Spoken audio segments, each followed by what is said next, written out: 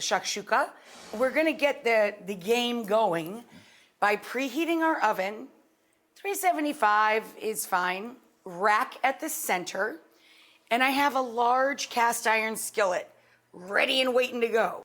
This is a couple of carrots, a kohlrabi or German turnip or turnips, root vegetables basically, and squash, and little orange squash. So you can use curry squash, you can use butternut. So we're gonna get the pan nice and hot. Then we're gonna add some regular grade olive oil, not extra virgin, just regular grade cooking olive oil. And throw those into the mix. And I put a little drizzle on top too. Ooh, there's a little piece of paper towel left in the baggie. Salt and pepper.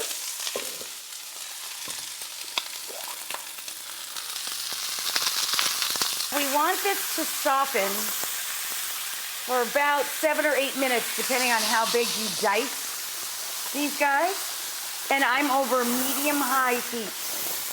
I've been working a little bit ahead in that I roasted 3 peppers, and I like to leave a little of the char on, but you can use store-bought. Okay, guys, so I added the onions and garlic once our really tough root vegetables and squash got going a bit.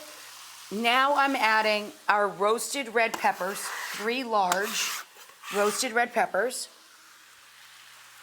And now we're gonna add our spices.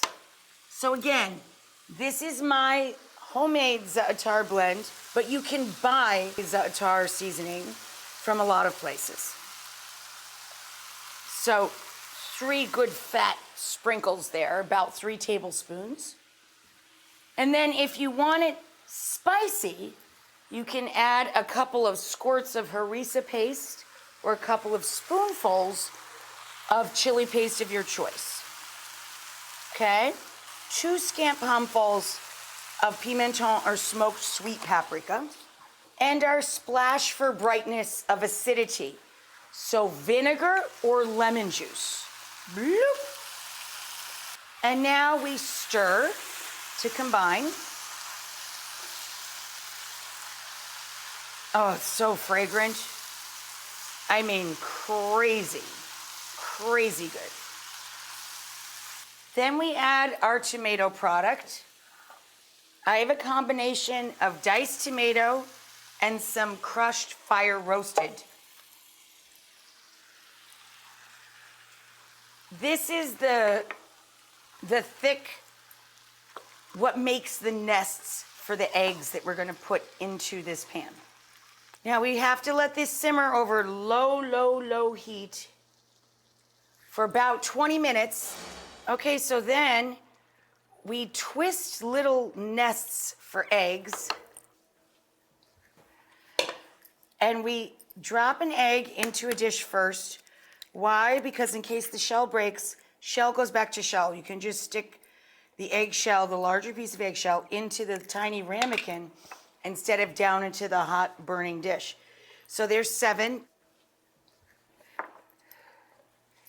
And we make our last nest right here in the middle. And this will hold 8 to 12 eggs. But I think this is a good amount of food for 8 people, so I'm gonna put 8.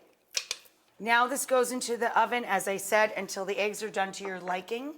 And we'll put a little extra za'atar up on top. So there it is, guys, the winter vegetable shakshuka. I'm chopping up a combo of some dill and some grassy parsley to throw up on top. And I did this. I charred, which never happens because I usually set bread on fire, but I charred up some sourdough bread and drizzled it with extra virgin olive oil and sprinkled it with some smoky, flaky sea salt. Such a beautiful, easy, gorgeous, elegant dish that you can serve any time of night or day, okay? We top with our fresh herbs. We put a mop at the side of the bowl. And then we scoop in our eggs and vegetables.